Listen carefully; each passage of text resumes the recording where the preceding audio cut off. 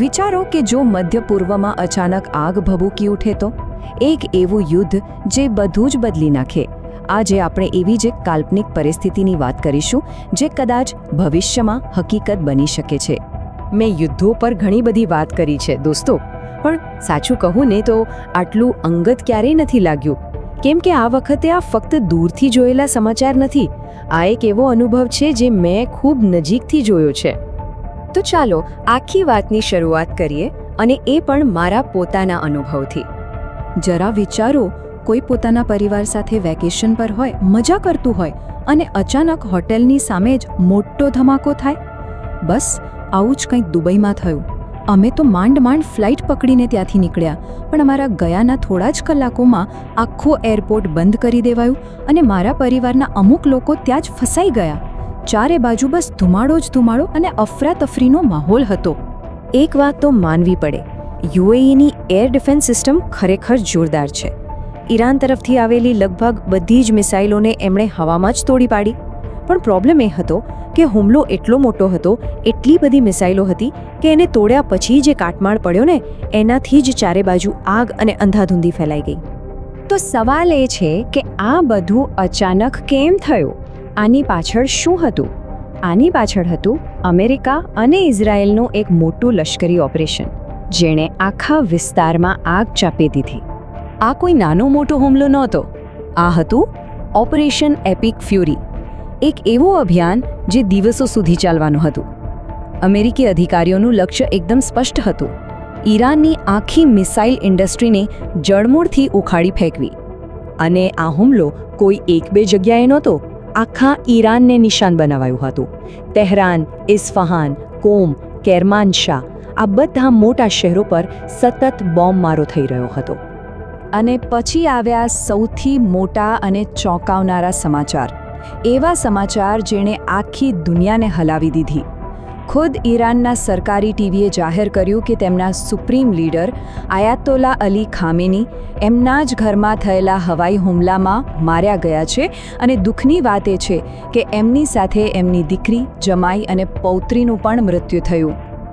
હવે સુપ્રીમ લીડરના મોત પર ઈરાનના લોકોની પ્રતિક્રિયા પણ જોવા જેવી હતી. દેશ જાણે બે ભાગમાં વહેંચાઈ ગયો હતો. એક તરફ કેટલાક લોકો રસ્તા પર આવીને ઉજવણી કરી રહ્યા હતા, ખુશ હતા, તો બીજી તરફ હજારો લોકો શોકમાં ડૂબેલા હતા, રડી રહ્યા હતા. હવે વારો હતો ઈરાનના જવાબનો, અને એમનો જવાબ તાત્કાલિક હતો, એટલો જ ભયંકર હતો. એમણે જે વળતો પ્રહાર કર્યો, એણે આખા અખાતને રીતસર સળગાવી દીધો. ઈરાને બદલો લેવામાં કોઈ કસર ન છોડી. એમણે માત્ર ઇઝરાયેલને જ નિશાન ન બનાવ્યું, પણ એ બધા પાડોશી દેશો પર મિસાઇલો વરસાવી જ્યાં અમેરિકાના લશ્કરી અડ્ડા હતા. અને આની સાથે જ આ યુદ્ધ એક પ્રાદેશિક આગ બની ગયું. ઈરાને દાવો કર્યો કે એમના ઓપરેશન ટ્રુ પ્રોમિસ 4 હેઠળ એમણે 27 અમેરિકી સૈન્ય અડ્ડાઓ પર હુમલો કર્યો. આમાં બહેરેનમાં અમેરિકી નૌકાદળનો 5મો કાફલો, કતારનો અલ ઉદેદ એરબેઝ, અને એટલું જ નહીં, દુબઈ અને કુવૈતના ઇન્ટરનેશનલ એરપોર્ટ અને મોટી 5 સ્ટાર હોટેલ્સ જેવા નાગરિક વિસ્તારો પણ એમના નિશાના પર હતા. આ હુમલાની અસર કેટલી ગંભીર હતી એ ડોનાલ્ડ ટ્રમ્પના શબ્દો પરથી જ સમજી શકાય છે. એમણે કહ્યું, જે લોકો બધા નિર્ણયો લે છે એમાંથી મોટા ભાગના તો હવે રહ્યા જ નથી. આવું એમણે એટલા માટે કહ્યું કારણ કે ઈરાનના ઘણા ટોચના કમાન્ડરો એક જ મીટિંગમાં હતા, અને એ જ સમયે હુમલો થતાં એ બધા માર્યા ગયા હતા, જેનાથી એમની નિર્ણય લેવાની આખી સિસ્ટમ ભાંગી પડી. ચાલો હવે વાત કરીએ આ લડાઈની દુનિયા પર શું અસર થઈ, અને ખાસ કરીને ભારત માટે આનો શું અર્થ હતો. આ લડાઈની સૌથી દુઃખદ, સૌથી હૃદયદ્રાવક ઘટના ઈરાનના મિનાબ શહેરમાં બની.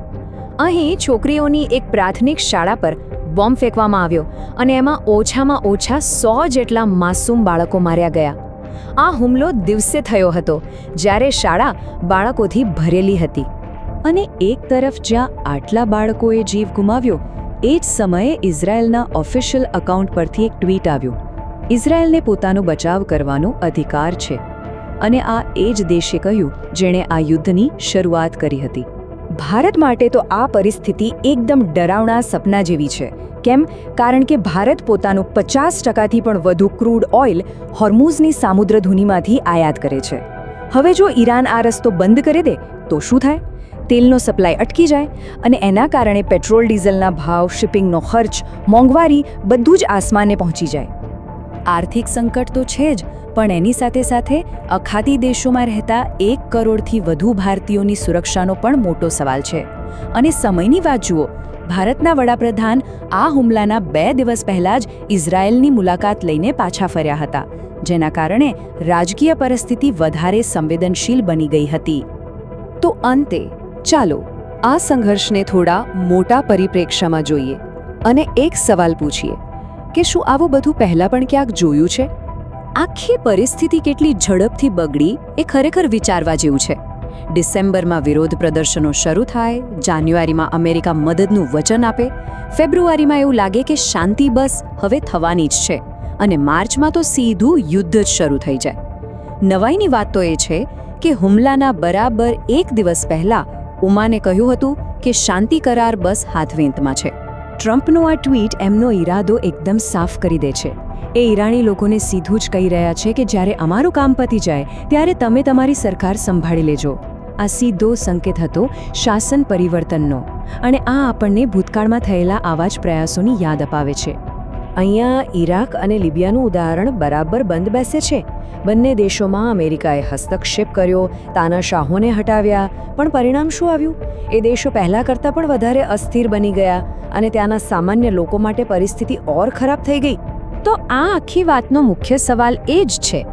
ઉપરથી તો એવું જ લાગે ને કે કોઈ તાનાશાહનું મૃત્યુ થાય તો દેશ માટે સારું જ છે, પણ શું કોઈ બહારની શક્તિ આવીને આવું કરે તો એનાથી ખરેખર શાંતિ અને લોકશાહી આવે છે કે પછી તે સામાન્ય લોકો માટે મુશ્કેલીઓ વધારે છે?